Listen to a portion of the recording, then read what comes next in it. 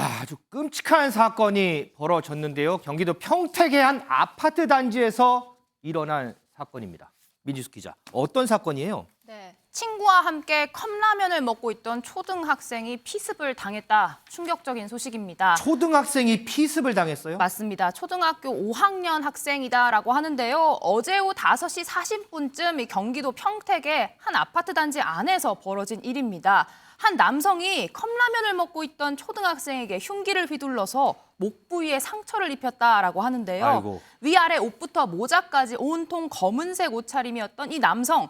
경찰이 붙잡고 보니 10대 고등학생이었다라고 고등학생이요? 합니다. 네, A씨가 검거된 이 주거지는 범행이 있었던 아파트 단지에서 조금 떨어진 곳이었다라고 하는데요. 이 다행히 피해를 입은 초등학생은 이 주변에 있는 친구가 인근 학원 선생님에게 바로 달려가 연락을 해서 네. 병원으로 곧바로 옮겨져 이 생명에는 지장이 없다라고 전해졌습니다. 아이고, 참, 그나마 다행이군요. 김성 변호사. 그런데 이 고등학생이요. 초등학생을 상대로 왜 이런 짓을 한 거예요? 일단은 경찰에서 지금 수사가 진행 중이어서 사실관계 파악은 조금 더 돼야 될 것으로 보이긴 하는데 일단 경찰에서 나온 이야기로는 화가 나서 그랬다라는 취지로 지금 진술을 했다고 하고 화가 나서요? 예, 맞습니다. 아이고. 그리고 이 두 사람 간에 이 초등학생과 고등학생 간에 면식이 있었던 것은 아닌 것으로 보이고 또 이제 초등학생 그 당시 피해 학생의 친구가 있었지 않습니까? 네. 그때 당시 뭐 시비가 있었는가 이런 것도 뭐 파악을 하는 중인 것으로 보이는데 그냥 앉아서 라면만 먹고 있었는데 이렇게 갑자기 피습을 당했다. 이렇게 이야기가 나오다 보니까는 범행 동기라든지 사실관계 파악에 있어서 조금 더 수사가 진행되지 않을까 생각이 됩니다. 윤영걸 대표. 예. 화가 나서 그랬대요.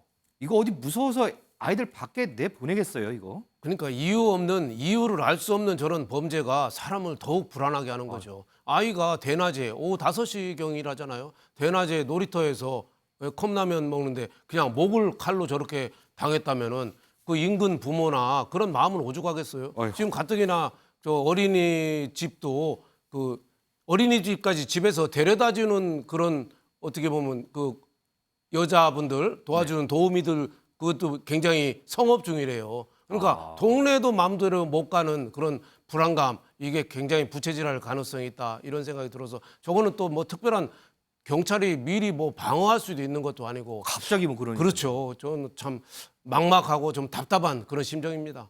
야, 근데 갑자기 화가 나서 일면식도 없는 초등학생한테 참 그럴 수가 있을까요? 이 말만 들어도 상당히 좀 아찔합니다. 다음 사건도 좀 보겠습니다.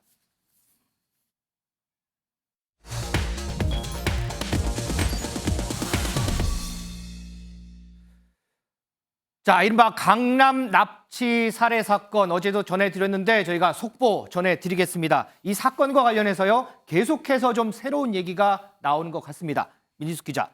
자, 이 사건 관련해서 돈이 송금된 정황을 경찰이 포착했다 이런 얘기가 있어요? 네, 경찰이 관련자의 계좌 모두 들여다보고 있는데요. 이 주범으로 알려졌던 이모 씨에게 누군가 현금 4천만 원을 건넨 정황을 포착하고 이게 범죄 착수금이다. 이모 씨 이외에 더 윗선이 있다. 이렇게 보고 수사를 하고 있습니다. 이 씨에게 돈을 보낸 것으로 의심받고 있는 부부가 있는데 네. 이 씨와 같은 이 가상화폐에 함께 투자했던 인물들이라고 전해졌습니다. 여기서 등장하는 게 피코인입니다. 숨진 피코인이요? 피해자와 맞습니다. 어. 잘 알려지지 않은 코인 이름인데요. 이 숨진 피해자와 이 주범으로 원래 알려졌던 이모 씨가 이 4천만 원을 건넨 이 부부가 홍보했던 이 피코인에 한때 투자를 했다가 막대한 손해를 본 적이 있다라고 합니다. 이 코인을 중심으로 관련 인물들이 다 연관되어 있는 상황인데요. 네. 이 건으로 본인이 막대한 손해를 봤기 때문에 4천만 원을 건넨 이 해당 부부에게 돈을 돌려달라 찾아가서 협박했던 혐의로 경찰 조사를 받은 적도 있다라고 합니다. 윗선으로 의심되는 이 부부에 대해서 경찰은 지금 이 출국 금지 조치를 요청해 흐름을 추적하고 있는 상황이고요. 경찰은 이 가상화폐 투자와 관련해서 원한 관계가 있는 게 아닌지 전방위 수사를 이어가고 있는 상황입니다. 그러면 이 4천만 원 송금한 부부는 피해자하고는 그럼 무슨 관계예요? 네, 4천만 원을 송금한 부부와 이 피해자, 숨진 피해자는 이 피코인을 함께 구매하고 뭔가 홍보하는 업체에서 함께 아. 일했던 관계인 것으로 지금 알려져 있습니다. 아하. 이 한때 이 주범인 이모 씨 역시도 이 분양 코인 관련된 업체에서 근무한 이력이 있는 것으로 알려져 있는 상황인데요. 이 서로가 서로에게 코인을 추천하고 그 추천을 받아서 돈을 투자했다가 누군가 돈을 날리는 피해를 입자 아하. 뭔가 범행의 범행의 동기가 됐던 일들이 있었을 것으로 지금 경찰은 추측하고 있는 상황입니다. 자, 김성주 변호사. 지금 보면 이 부부가 이제 사건의 배우로 지금 의심받는 상황인데 혹시 부부들 입장이 나온 게 있을까요? 예, 현재로서는 부부들의 공식적인 입장이 나온 것은 없는 것으로 보이고 다만 지금 현재 주범으로 언급되고 있는 이모 씨가 있지 않습니까? 네. 그 이모 씨의 변호인이 이 부부의 관련 사건을 예전에 변호했던 것으로 알려져 있는데 그 변호인의 얘기로는 지금 현재 이 구속된 피해자 3명 중에 2명이 이 부부가 이 씨에게 착수금을 줬다라고 진술한 것으로 알고 있는데 이 부분은 사실이 아니고 부부가 피해자에게 원한을 품을 이유가 없었다. 이렇게 조금 부인하는 듯한 이런 취지의 이야기를 하면서 이것이 공식적인 입장인 것인지 아니면 이 변호인의 개인적인 의견인 것인지 이 부분은 조금 논란이 되고 있습니다.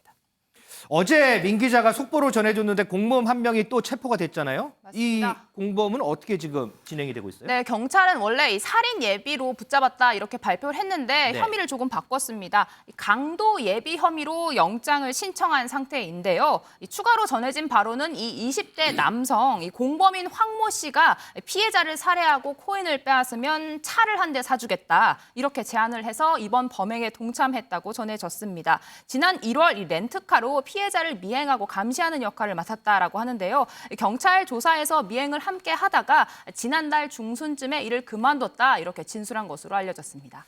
김성주 변호사. 지금 민지숙 기자 언급 중에 살인 예비 혐의로 입건을 했다가 강도 예비로 혐의를 바꿨다고 했거든요. 이거는 무슨 차이가 있는 거예요? 예, 일단은 그 법적으로는 살인 예비 같은 경우는 이제 살인을 예비했다는 그 죄명인 겁니다. 그리고 강도 예비 같은 경우에는 강도를 예비한 것이기 때문에 이 입증에 있어서 방금 사실관계 입증 차이가 있을 것이고 지금 현재 이 피의자가 아마도 미행했다는 부분을 인정을 하고 있기 때문에 강도를 예비했다라고 진술을 한 것이지 살인까지 예비했다라고 진술을 하지 않고 있기 때문에 아하. 아무래도 경찰에서는 일단 영장을 지금 신청을 해야 되지 않습니까? 영장 신청에 있어서는 이 죄명에서 어쨌든 상당한 이유가 소명이 돼야 되는 부분이 있기 때문에 살인 예비는 지금 자백을 하지 않고 있고 강도 예비에 대해서는 자백이 어느 정도 있다라고 이렇게 봤기 때문에 강도 예비를 일단은 좀 신청을 하고 이후에 만약에 추가적인 사실관계가 밝혀진다고 하면 살인 예비로 다시 한번 좀 변경을 검토하지 않을까 이렇게 생각됩니다. 그러면 처벌 수위는 살인 예비가 좀 더 높겠네요. 강도 예비보다. 예, 당연히 살인 예비가 훨씬 더 높을 수밖에 없기 때문에 그 부분에 대해서 이제 살인 예비로 보인다라고 한다면 당연히 변경을 해서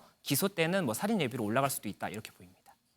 아까 민 기자가 이제 코인을 중심으로 여러 인물들이 좀 연관이 돼 있다고 했잖아요. 그러면 더 좀 수사할 인물들이 더 있는 거예요, 그러면? 네, 경찰은 일단 이 주범인 이 씨의 아내 참고인 조사를 하고 있습니다. 이 씨의 아내가 이 간호사로 일했던 성형외과 건물 옆에서 이모 씨가 붙잡혔기 때문인데요. 이 경찰은 이 범행에 쓰인 주사기와 이 진정제 등을 이모 씨에게 건넸는지를 확인하고 있습니다.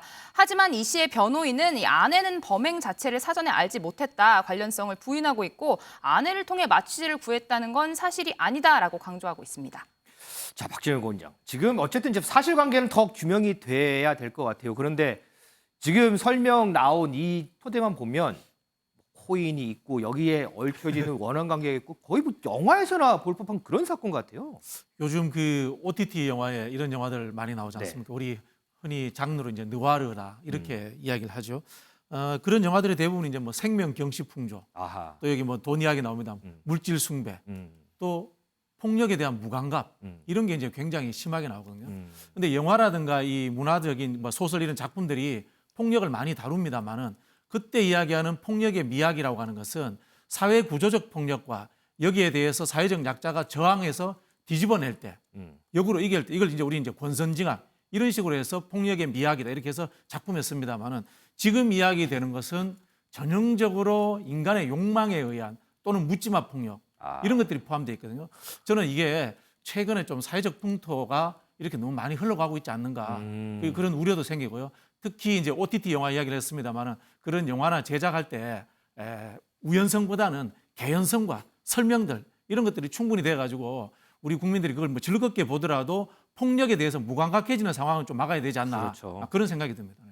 자, 그러면 민지숙 기자.